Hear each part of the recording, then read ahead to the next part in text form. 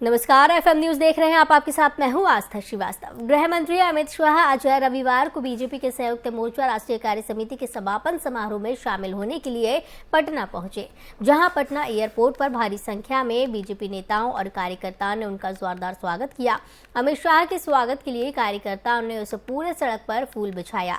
अमित शाह के आगमन पर कार्यकर्ताओं ने हाथों में तिरंगा लेकर वंदे मातरम के नारे लगाए। अमित शाह के स्वागत के लिए पटना एयरपोर्ट पर नेता और कार्यकर्ताओं की भारी भड़कम भीड़ पहुंची। यही कारण था कि एयरपोर्ट परिसर में पांव रखने तक की जगह नहीं थी। गृह मंत्री के स्वागत के लिए बीजेपी के नेता गिरिराज सिंह, केंद्रीय मंत्री नित्यानंद राय, राज्य के दोनों उप मुख्यमंत्री रेणु देवी और तारकिशोर प्रसाद समेत कई अन्य नेता एयरपोर्ट पर मौजूद रहे। बता दें, अमित शाह सालों बाद बिहार के राजनीतिक दौरे पर हैं। इससे पहले 2020 के विधानसभा चुनाव में भी वे बिहार चुनाव से दूर ही रहे थे।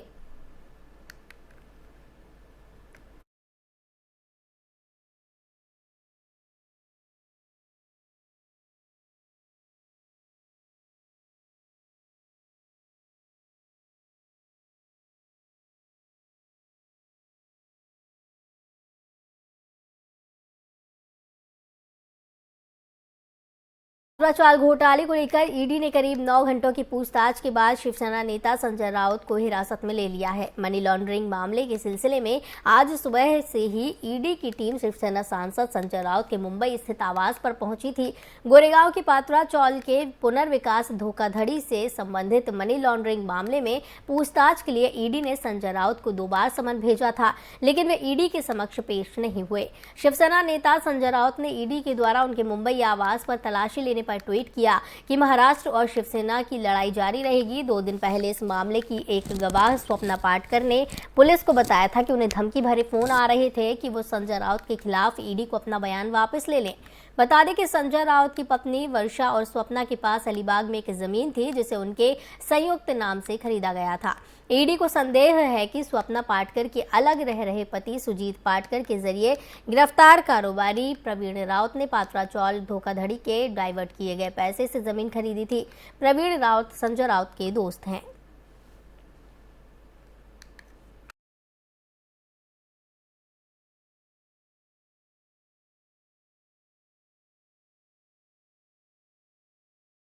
ईडी द्वारा गिरफ्तार किए जाने पर शिवसेना सांसद संजय राउत का दर्द छलका है। उन्होंने कहा कि जो लोग उनकी गिरफ्तारी पर खुश हो रहे हैं वो पेड़े बांटें। उन्होंने और क्या कुछ कहा, आइए आपको सुनाते हैं। खुशी जताई है, संजय शिरसाट ने खुशी जताई है, क्या कहेंगे? पेड़े वाटा महाराष्ट्र कमजोर होतो है, पेड़े वाटा पेड़े बरं का महाराष्ट्रावर हल्ले होत आहेत, पेड़े वाटा। अरे बेशरम लोक आहात तुम्ही, लाज वाटली पाहिजे तुम्हाला। संजय राउत पर ईडी की कार्रवाई को लेकर महाराष्ट्र के मुख्यमंत्री एकनाथ शिंदे ने बयान दिया है। उन्होंने कहा कि यदि शिवसेना नेता संजय राउत बेकसूर हैं तो अपने खिलाफ ईडी की कार्रवाई से उन्हें डरना नहीं चाहिए। सीएम शिंदे ने कहा कि राउत ने घोषणा की है कि उन्होंने कुछ भी गलत नहीं किया है। यदि ऐसा है तो जांच में डर क्यों रहे हैं, इसे होने दीजिए। यदि बेकसूर है तो किस बात का डर है। बता दें कि मनी लॉन्ड्रिंग के एक मामले में ईडी ने आज सुबह मुंबई स्थित राउत के आवास पर तलाशी ली। अपने आवास पर ईडी की तलाशी शुरू करने के बाद राउत ने एक ट्वीट में कहा कि मैं दिवंगत बाला साहेब ठाकरे की शपथ लेता हूं कि किसी घोटाले से मेरा कोई लेना देना नहीं है। परिस्थितियों से विवश होकर शिवसेना के बागी खेमे में शामिल होने संबंधी पार्टी के नेता अर्जुन खोलकर के बयान के बारे में पूछे जाने पर मुख्यमंत्री ने कहा कि क्या हमने उन्हें न्योता दिया था? ईडी के डर से या किसी और दबाव के चलते हमारे पास या बीजेपी के पास नहीं आइए।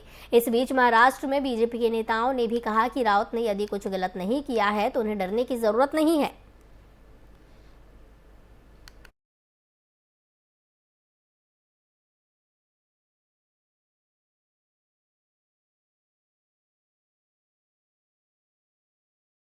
ईडी द्वारा संजय राउत की गिरफ्तारी पर बीजेपी नेता किरीट सोमैया ने निशाना साधा है। उन्होंने क्या कुछ कहा, आइए आपको सुनाती हैं। Mafia police commissioner Sanjay Pandey के पश्चात अब माफिया नेता संजय राउत पुलिस की गिरफ्त में।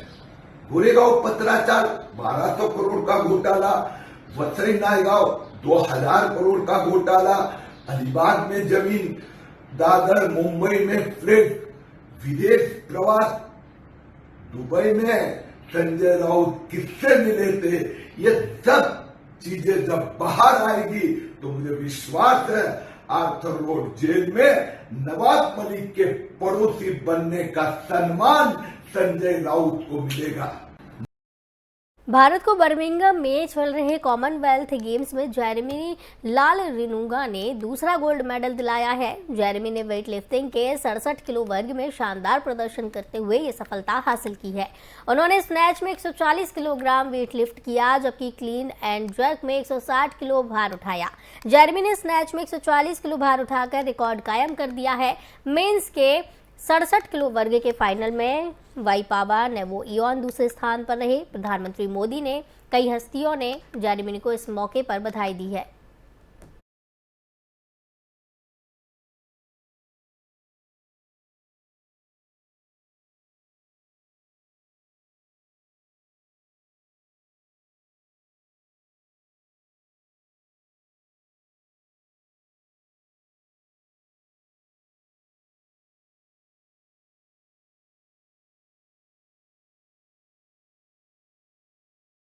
अटकलों और कयासों के बीच गृह मंत्रालय ने रविवार दोपहर दिल्ली पुलिस के नए कमिश्नर पर फैसला कर लिया है। गृह मंत्रालय ने आईटीबीपी के महानिदेशक संजय अरोड़ा को दिल्ली का पुलिस कमिश्नर नियुक्त किया है। इस बाबत गृह मंत्रालय ने आदेश जारी किए। अरोड़ा 31 जुलाई 2025 तक अब अपने पद पर बने रहेंगे।